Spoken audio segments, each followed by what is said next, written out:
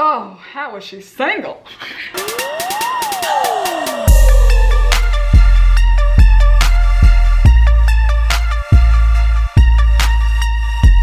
Hey guys, welcome back to my channel. So I have tracked every single dollar that I've spent in the year 2021.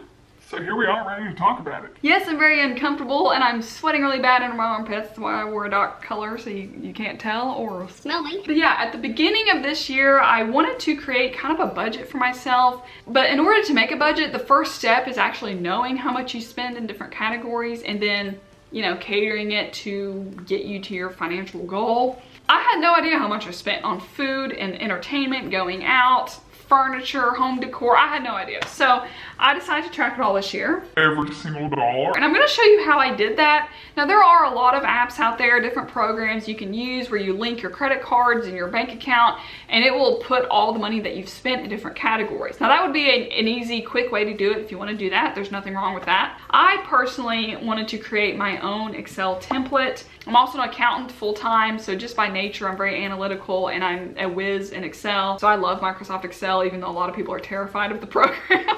And you may be new here and click on this video. I'm hoping it goes up before January 1st for the new year. So if you have financial personal goals that you want to achieve, or if you want to budget or figure out a template to be able to track your expenses, that's kind of the point of this video.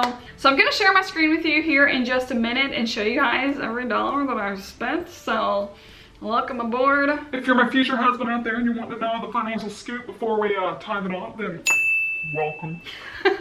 If you're wondering why I have such a country accent and who the heck I am and where I'm from, I live in Tennessee. Like I said, I'm an accountant full-time, certified public accountant, CPA. I live by myself, so you'll see my rent here every month. And I don't really have like a strict financial strategy for myself, but I did decide a few years ago that I'm not going to be saving a lot of money. I'm going to instead be reducing my debt that I have. So I graduated college with just under $30,000 of student loan debt. So I've been dwindling it down and I just bought a car last year in 2020. So I have a car payment and don't even get me started on my freaking car. It's been in the shop for 2 months now. So I'm making a car payment for a car I'm not even able to drive. We're not gonna go there. We're not gonna go there. That's a video for another time. And I would classify myself as a pretty frugal person. However, I do spend more money on electronics than I guess most people probably would. Like I have a MacBook for my YouTube channel. I have a nice software where I edit my videos. I pay for a music service so I can use copyrighted music in my videos. So I think I've invested more money into electronic stuff than the average person. I don't spend a lot on clothing. I don't go shopping ever. I hate shopping. I have not bought a pair of jeans since high school. Almost 10 years. So that just gives you an idea right there. I do not spend money on clothes. I don't get my hair done, my nails done. I don't buy makeup. I'm not into skincare or hair care. Basically, I'm still trying to learn how to be a female, okay? So I feel like I'm rambling on. Let's go ahead and get started. So the way that I have this organized is I have a tab for each month of the whole year, and we'll just start with March as an example. And I have these different categories. My income's in green, my bills are in red, and then my expense categories. But the main categories, I have food and fitness, gas, charity, and then the store is kind of hard to break into just because, you know, if you buy something on Amazon, it's kind of hard to decide which category it belongs in. So this one isn't super accurate. And then the other was just kind of random things. Like I got a car wash this month. I had to pay a fee. Bought some bird seed at the store. Went to the allergist. That's my copay. Got a softball league refund. I bought a puzzle for it as a gift. I went to Disney World. And then I had a kayak cancellation. So as you see, this other category is literally other. It's just random stuff. So I have this for each month of the whole year, and then it all feeds into this summary tab. So each month here, you'll see that this equals from the January. So if you're familiar with Excel, you know how formulas work. If you're not, it may be a little tricky for you, and I'm hoping to share this template down below, give you guys a link. If not, I can email it to you, so just shoot me an email and I'll send you the template. So yeah, this would be like my rent, my water bill, my electric bill, my internet, all of this for January, and then it's summarized here, so this would be for the whole row, so my total rent. So you guys see how it feeds in. This summary page is pretty helpful to see everything in a grand whole here. And I decided to put a separate category for work travel because sometimes you can make just a little bit of money when you travel because of saving on like your per diem for food or maybe your mileage, the wear and tear in your car. So that's why that's a separate category. So for the month of March, I decided to choose this one just because it seemed pretty average. I did have a work trip this month, had normal bills, and I probably decided to move things into savings in March because of the stimulus check that we got. So back to our summary page of the whole year. Let's take a look at some graphs where I have graphed out all of my expenses. So this is each category that you guys saw. What I thought was interesting was how like proportional all these little categories were. Like my food is about a fourth of my disposable income after bills, and my other, we don't really know what that is, and then store can really mean anything. But my fitness was really small. I only really paid for my kickboxing membership, which is just $11 a week, so less than $50 a month. My gas is a little more than that. And I noticed when I was doing my summary page that I've actually not paid the full 10% of my church tithes. So I think some weeks got missed along the way, probably when I was in Africa. So this graph I think is super interesting. If you're wondering why everything is in negative numbers, it's because I keyed everything that I spent as a negative number. So here's the different categories down to, food is blue, fitness is orange, gas, gray. And so each month you can see kind of how much I spent on each of these categories. You may be like, Heaven, what the heck happened in April? You started out so great in January. So here in May, I left for a month-long trip to Namibia and Africa for a missions trip. So I had to buy a lot of things to prepare for that trip, but I definitely did not buy $1,400 worth.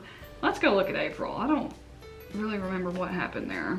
So it looks like we bought about 500 stuff for Africa, and then, oh yeah. So I did my room makeover in April. I forgot about that. So I did that video in May where I redid my entire bedroom. So yeah, that's where a lot of that money came from. So yeah, preparing to leave for Africa and buying stuff for my bedroom. April was pretty expensive. May was pretty cheap because I wasn't here for most of the month, and then June was even cheaper because I wasn't here at all.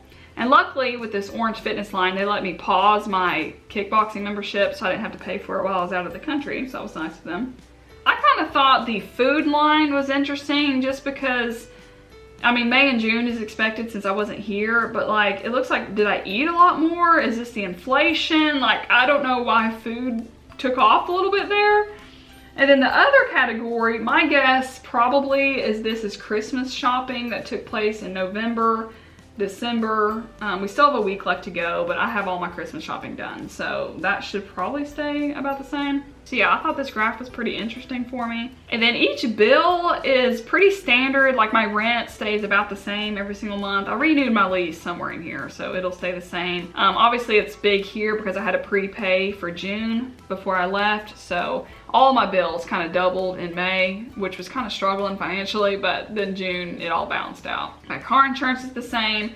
My car payment is only $180 a month, but I've been paying a lot more each month just to get it paid off. So just depending on where I'm at financially each month, I've made a car payment, dependent on that. This food chart, I wanted to graph what I spent each month on food. So you'll see over here, I have my monthly average. I don't know if this is good or bad. I feel like groceries for one person should not cost almost $300, I guess $250, but maybe that's normal. I don't know. I do buy a lot more brand name things than I probably should. Like I could cut back on that if I got generic brand. My restaurant average was higher than I expected. My DoorDash is that's probably gonna stay the same. I do rely heavily on my food delivery. And then I did a little percentage here just so I know how much I'm spending on DoorDash alone. Almost 10% of my total money that I spent on food.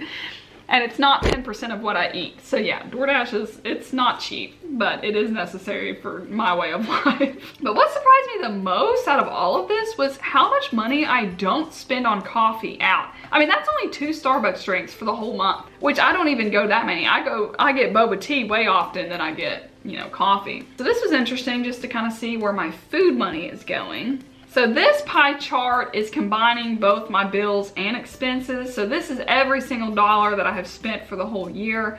Right here, I just had my expenses that don't count bills, but to put them in proportion, like my rent obviously is like a quarter of every dollar that I've spent for the year. Again, the other category is not helpful since it just says other. These I think are my 2 electric bills. Yeah, electric and water, so that's kind of tiny. My internet bill is really small. This is my car payment. So yeah, that's a chunk. We didn't even pay $5,000 in my car this year. That's kind of disappointing, but I can make another $300 payment this month just to make myself happy with that. My car insurance is tiny. My phone bill's small, but it's mostly because we combined my AT&T with my internet. And then I've got my little charity slice, which like I said, it's not actually 10%. So I've missed out on some weeks, which is bad, but it's all right. So yeah, my smallest category besides my utilities bills is probably my fitness category. And that's an area where I plan to spend more money on in 2022 just because 2021 I didn't really take fitness seriously, and that's fine. I mean, I was mostly preparing for my big missions trip, and then after I got back, I don't know, life was just busy. I didn't really prioritize it, but I do want to get back into shape because I'm the most out of shape that I have ever been. So going into the next year, sign me up as one of the millions of Americans who sign up for a gym membership January 1st. I'm gonna be on that list. So I think the most helpful graph out of all these is this one. And I don't know why July was so much money either. We can go and look. So electronics, $800. And if you guys don't know, you can go up to your formulas tab up here and you can figure out what makes up that total. You trace precedence. So it looks like Best Buy, 20 bucks, AT&T, 400. That was my down payment that I made on my new phone. Target, $10. Amazon, 240. Who knows what that was? And then down here, looks like 48 bucks. Amazon, my standing mat that I actually ended up giving to a friend.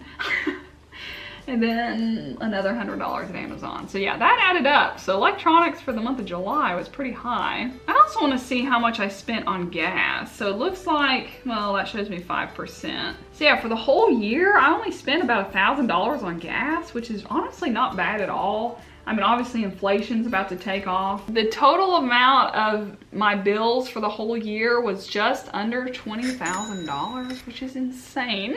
And then the total amount of expenses outside of my, mandatory bills, almost $22,600. And that's, to eat, grocery shop, buying stuff at the store. So let's look at each month and see what my other actually was, just so you guys can get an idea, because obviously my graphs aren't showing it. So it looks like in January, I had to pay out of pocket for my dentist, even though I have dental insurance, but it wasn't covered. Someone passed away at work, so I gave him some money. Birthday gift. My app subscriptions, bought a book.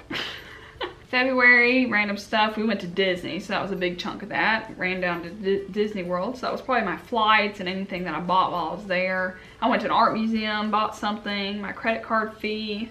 And we planned on going on this kayak adventure, but then it got canceled for COVID. So there's the reimbursement the next month. Disney souvenirs. Had to pay a fee to change my flight with the stupid American Airlines. Went to the allergist. Got an oil change. And then for April, it looks like I was gonna go to a Braves game, but didn't. Went to Top Golf with my coworkers. Bought my niece a birthday gift. Got my taxes done. Got a bridal shower gift. I got all my doctor's visits all in April before I left the country to go on my missions trip. I went to all my doctors, so that added up. In May, it looks like I got her another gift. She's an expensive little niece.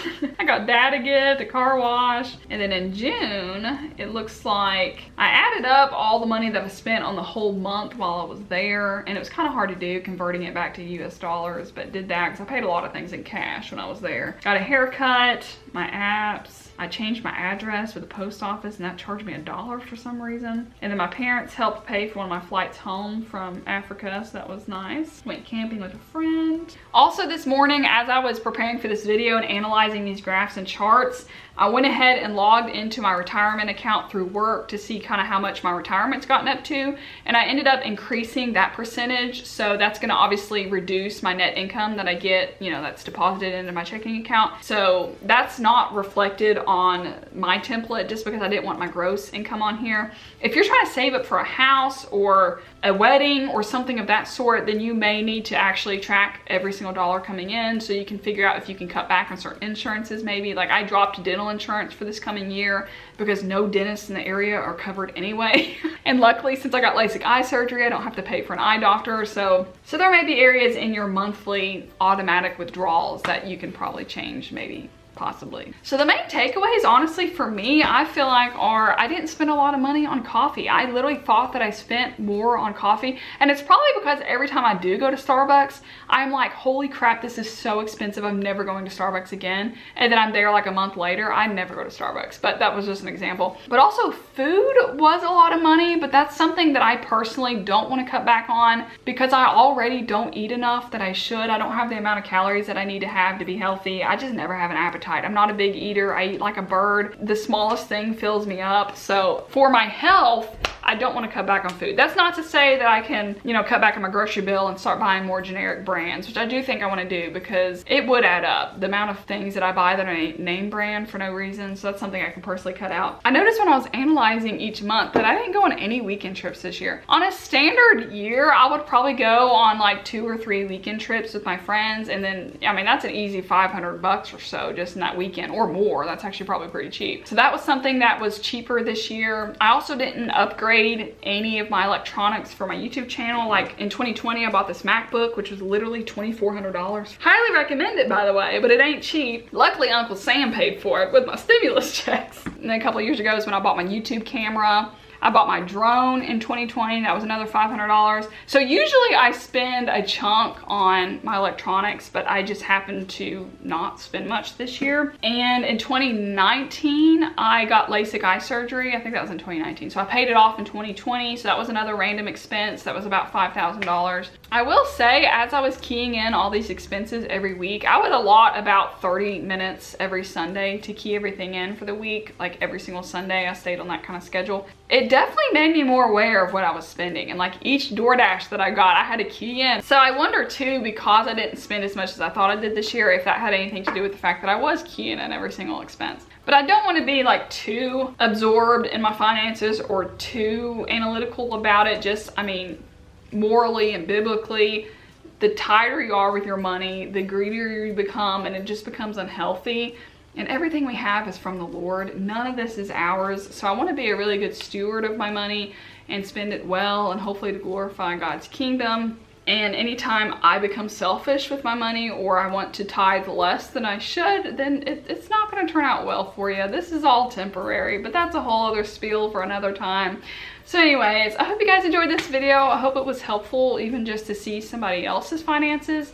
This is something, it's like such a taboo subject to talk about money. It's something that no one shares. I mean, there are literally marriages. There are people who get married and they don't tell their spouse what they spent that day or how much they have in the savings account or how much they owe in student loans. Like, I know married people who literally keep that from their spouse, and that blows my mind. So the fact that I'm sharing it, maybe it's just because I'm weird, I'm literally sharing all of everything I spent to the whole YouTube world. But yeah, I just hope it helps you guys, since there's not much information out on the internet of what people actually spend on a day-to-day basis or month-to-month basis. So I hope this helped you guys out. So anyways, I'm gonna keep rambling. Hope you guys have a Merry Christmas and a great New Year, and I will see you guys hopefully here soon. I've got a couple videos planned that I want to film once my camera gets fixed because it's currently broken right now. So that's a story for another time. I'll see you guys next time. Bye, friends.